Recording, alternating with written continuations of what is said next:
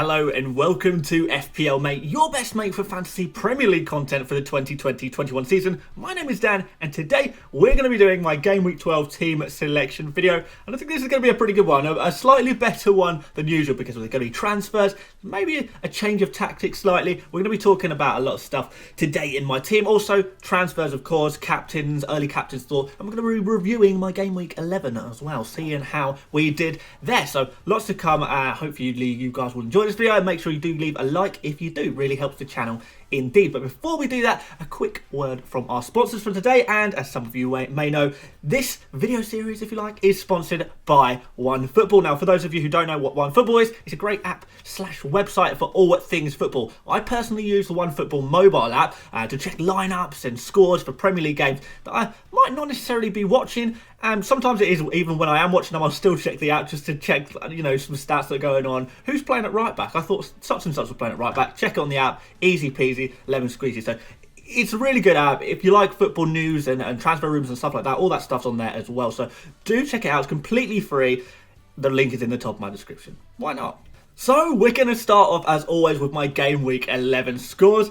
If you like the animated pitch, everything animated, looking nice and fancy, let it hypnotise you and subscribe to FPL Mate. Be hypnotised by the green pitch. But anyway, let's look at my team. So basically, I did make a transfer in the end last week that I didn't think I was going to make. I said I wasn't going to make a transfer, but then I kind of panicked at the end because I was a little bit worried that I wouldn't be able to have 10 starting players actually starting, because there was sort of the worry of Cancelo not playing. Kane had a little bit of a knock perhaps, but he was always going to play realistically. Morpay was potentially not going to play. Jota is always a little bit of a risk, although ironically he was the guy who came in the end.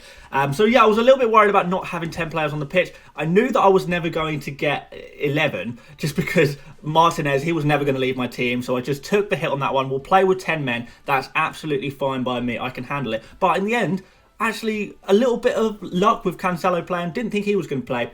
But great to see him back in the team. But also quite a lot of bad luck in this team, So Jota didn't start. Everyone thought he would start. Morpay, yeah, he was a bit of a risk, but I did think he was going to start as well. I hoped he was going to start anyway. And Ziyech, of course, for those of you guys who have Ziyech in your team as well, you will know that he started the game for Chelsea up against Leeds. You'd think that's a pretty good fixture for him. I even put the vice-captain on him, and he got injured in the first half, and he's now potentially out for a couple of weeks.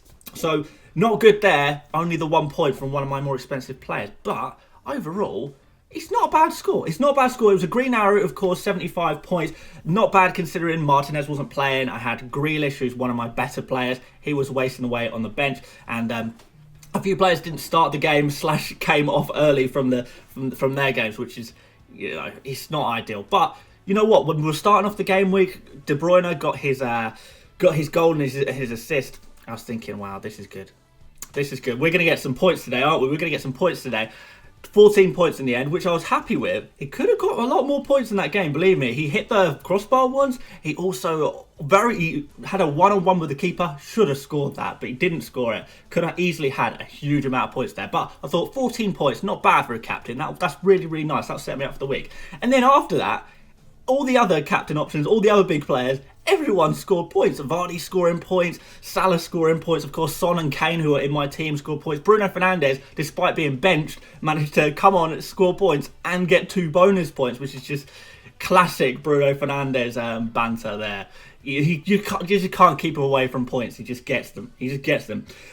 So yeah, whereas it looked like it was going to be a really good game week, it ended up just being a good game week, which, it would have been nice to rocket myself up really high up in the rankings. I think I was up to like 300,000th at one point, but as all the other players started to score their big hauls, I slipped down. But you can't have them all. You can't have every good player, but not bad overall.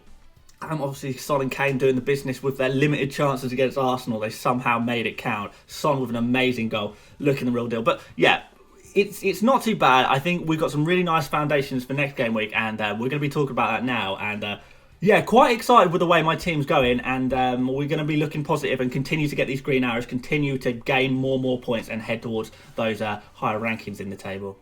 So obviously I'm not quite where I want to be yet in the overall rankings in FPL, but we're certainly heading in the right direction, and we're going to continue to head in the right direction by a slight change of tactics that I'm going to talk you through now. But let's just start off. Let's just start off going through player by player very briefly. Obviously, I've got not a lot of money in the bank, so if I'm going to make transfers, I have to either like for like or potentially taking a hit. But let's have a look. So we're starting off in goal with Martinez. Missed last game. He's going to have a double game week at some point, but for now, he's got Wolves away. Now, I've actually put this down as an easy fixture because without Jimenez, the unfortunate absence of Jimenez for Wolves do not look like they have an attack. I mean, they were kind of struggling in attack before, but now it's going to be really tough for them to get any goals, which means Martinez is going to be a really good game for him this game week, I think.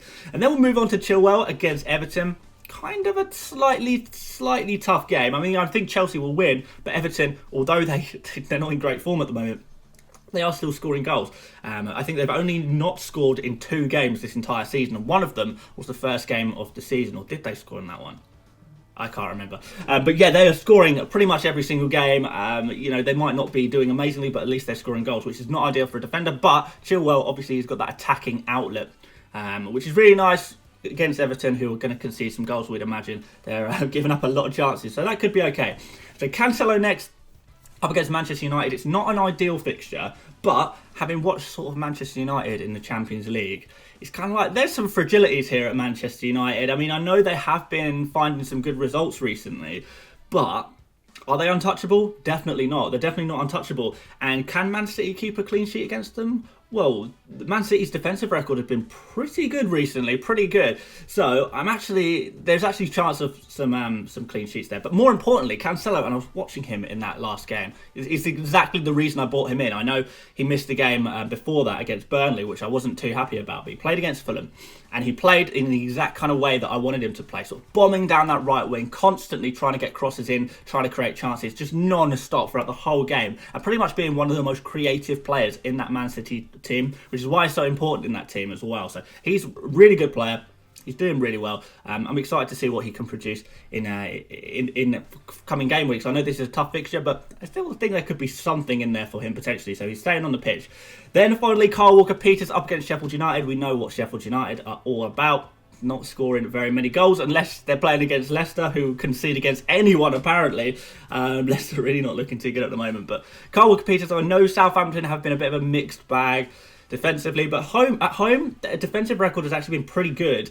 Obviously, there was that slip-up in the second half against Manchester United the other week, but generally speaking, they've been pretty good at home. And Kyle Walker-Peters, he is a bonus point magnet by the looks of things. He always seems to be amongst the bonus points, so clean sheet and potentially some bonus points there for Kyle Walker-Peters, and I'd be pretty happy. Don't even necessarily need an assist or a goal, not necessarily going to come from him, but I think there could be a decent amount of points there as well, which is quite nice.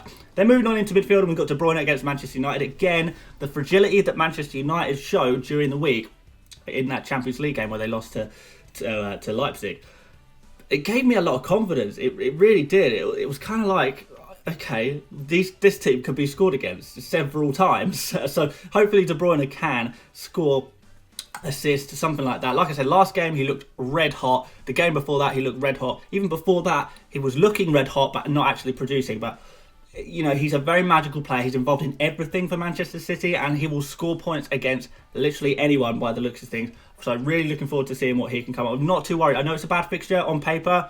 Not worried about this one at all. Then we've got Son in the midfield there.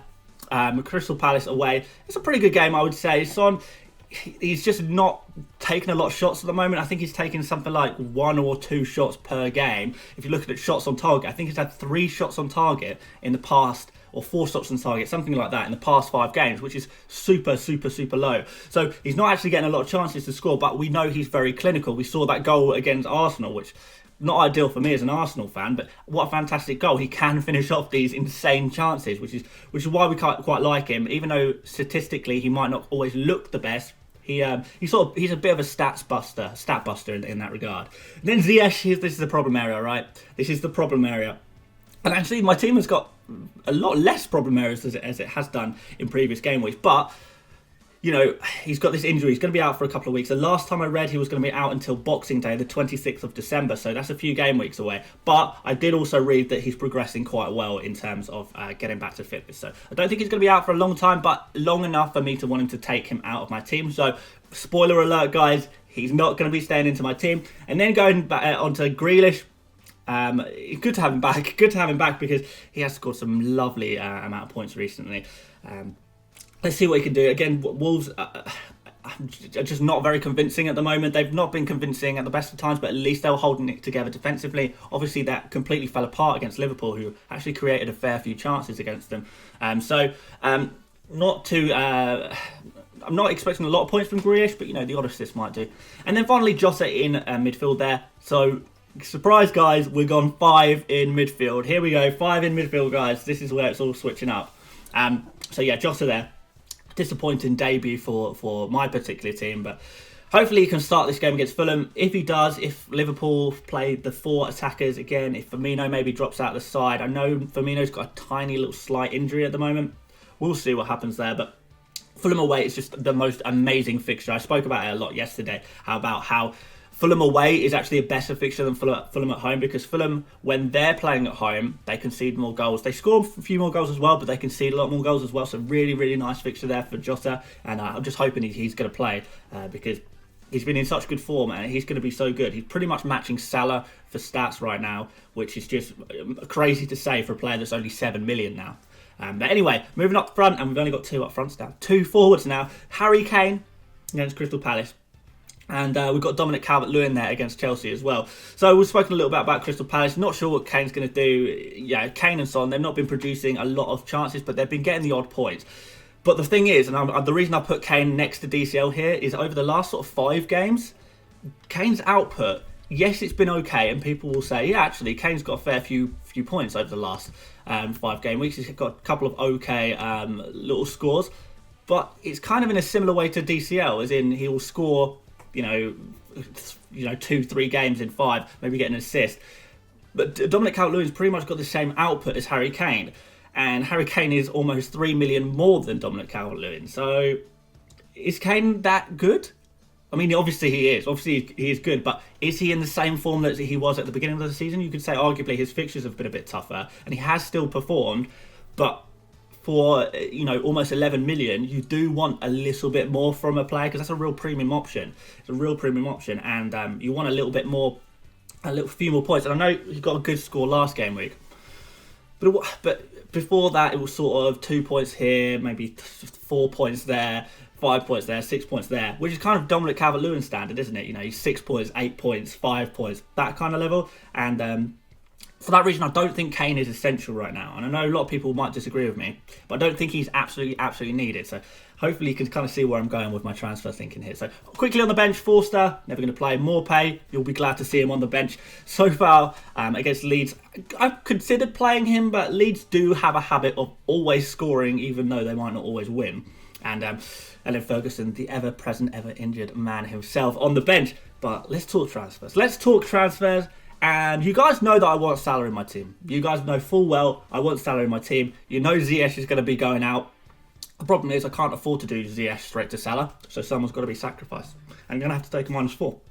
So how's that going to happen? Well, I've spoken about before that it was always going to be either Son or Kane that is sacrificed in order to, add the money to bring in Salah. And here it is, guys. It's Kane. Kane is going to be leaving. Brewster is going to be coming in, which means Ziyech can slip out and Salah slips straight in for that lovely fixture against Fulham. And who's that? Who's that appearing back on the field of play? Morpay is back. I trolled you guys maybe a little bit there by saying Morpay on the bench. He's back. He's back on the pitch. He's Morpay. He's Morpay. He's the running joke of this channel at this point. But to be fair, Leicester conceding a lot of goals at the moment. A lot of goals against seemingly anyone. And also after that, Morpay, he's got 2 really nice fixtures. I think he's got, is it Fulham and Sheffield United, or Fulham and West Brom, or something like that. 2 really nice fixtures after that. I need to double check what they are. But so I do want to keep Morpay in my team, at least for that period. And if after that, we obviously will think about moving him on. But right now that I've done this, now I've switched to this 3-5-2 formation, now I've got De Bruyne, who I really wanted, now I've got Salah, who I really wanted. Everyone else is pretty templatey, which I quite like. I've got Sofal, who's going to rotate with Cole Peters, I've got a good goalkeeper, got Grealish, Jota. These are the sort of the main midfielders that I've got. The only main midfielder I'm missing is Bruno, but I do also have the money in the bank to do a direct switch from Son to Bruno next week, if that's something I want to do. And my team, after that, would be pretty awesome. It'd be lacking Spurs players, but you can't have them all without making major sacrifices in the rest of your team, which usually doesn't work, by the way, guys. You can't just have, 5 premiums and then just fill the rest with 4.5 million players. You're not gonna get good scores doing that. Well, I mean, you might, but you probably won't. So after I've done that final transfer, the Son to Bruno transfer, that's my team settled. And that would be awesome. Maybe we could look at moving more pay after that. But this is what I really, really wanted. I wanted to go into the Christmas period, even though I'd taken a -4, I wanted to go into the Christmas period with a really settled team. A team where there's a captain option every week, whether it's Salah, De Bruyne, Bruno Fernandes, which will be one of them most likely on most weeks. I've got other players that I'm happy with. Grealish, Jota, I'm really happy with them. Dominic Calvert-Lewin, he's a good player to just settle in your team, set and forget kind of thing. More pay could potentially be rotated out for another forward around his price. Chilwell, Cancelo, really nice players to have in my team. Cole Peters, Sofal to rotate. I like that as well. So, of course, Martinez in goal, who's probably been the best cheap goalkeeper this season so far, you'd probably say. So, it's a really nice team. I've got a really nice team. It's a really settled team. It's a team where I don't have to worry too much. And we're really, really getting there. And over Christmas, if the injuries pop up, which they might, if, some people get COVID, unfortunately, can make those transfers. And also we've got double game weeks coming up around game week 18, game week 19, around about then we're going to start seeing some double game weeks, so we can also start saving some transfers to make those moves to get these double game week players in our team. So this is really good. Basically, if you can engineer a situation where you're going into this Christmas period with a settled team that you're actually happy with, there's no transfers you desperately need to make, then that's a really good thing, I think. And I know it's a little bit template, this team. There's not too many differentials. Okay, maybe Cancelo's a differential, maybe more pay is a differential. Aside from that, there's not too much going on for De Bruyne is arguably still a differential somehow, and I think he's the most important player to have. I mean, Salah is probably the most important player to have this week, which I spoke about yesterday, of course, which is why I've brought him in, and even at the expense of taking a -4, because this is going to be a huge game week for Salah. So we might as well say here, captain for the game week, Salah. It's going to be Salah as far as I'm concerned right now. We'll make a video tomorrow and I'll lock that in, I'll tell you for sure. But he really does look like the best captain option on paper. So we're going to do the full stats and statistics and break it down properly tomorrow, which I'll share with you guys. And we can talk a little bit more about captains. And then Son vice-captain. His probably the last game he plays for my particular team for a little while, at least for a few game weeks, to where I might transfer him back in. But we'll give him a vice-captain against Crystal Palace because it is quite a nice fixture, I suppose, isn't it? So there you go. That is pretty much my team. I think it's looking pretty good. We've got cover on the bench so far. We've got Brewster, who potentially plays against Southampton, maybe picks up a point or two there. So we've got cover if needed. And the team just looks pretty strong in general. It looks strong going forward as well. This is a sort of a nice long-term team as well. So pretty happy with what I'm seeing right now. Hopefully you guys will be happy too. For those of you guys are wondering if these transfers are locked in, yes they are. I actually made them yesterday or the day before. I can't remember. I already made these transfers, so these are locked in. No regrets. Kane gone. Yes, Kane's been sacrificed, but Salah's coming, so it's all good there. Just happy to have Salah to captain him against Fulham, because guys, if you don't have Salah this game week, I would be pretty worried. I really would be pretty worried. But there you go. So you can let me know what you guys think of my team there. You can laugh at me, the fact that I'm still sticking with more pay despite everything. I think he's okay. For a couple of game weeks. Let's see what he can do. But yeah, thank you so much for watching, guys. If you did enjoy the video, of course, do leave a like. If you really enjoyed this video and you haven't done already, please do consider subscribing. I know a lot of you guys who watch these videos aren't subscribed, so if you fancy joining the FPL Mate crew, that'd be really, really appreciated. But aside from that, please check out everything in the description. My Twitter, Instagram, join my mini league, or support me on Patreon. You can do all of that, of course, with one football link in the description as well. But aside from that, I will see you tomorrow for our captains video for game week 12, where we're going to be talking about Salah and hopefully a few other options for those of you who don't have Salah as well. So we'll talk about that then. So thank you very much for watching, guys, once again, and I will see you later, mates. Bye bye.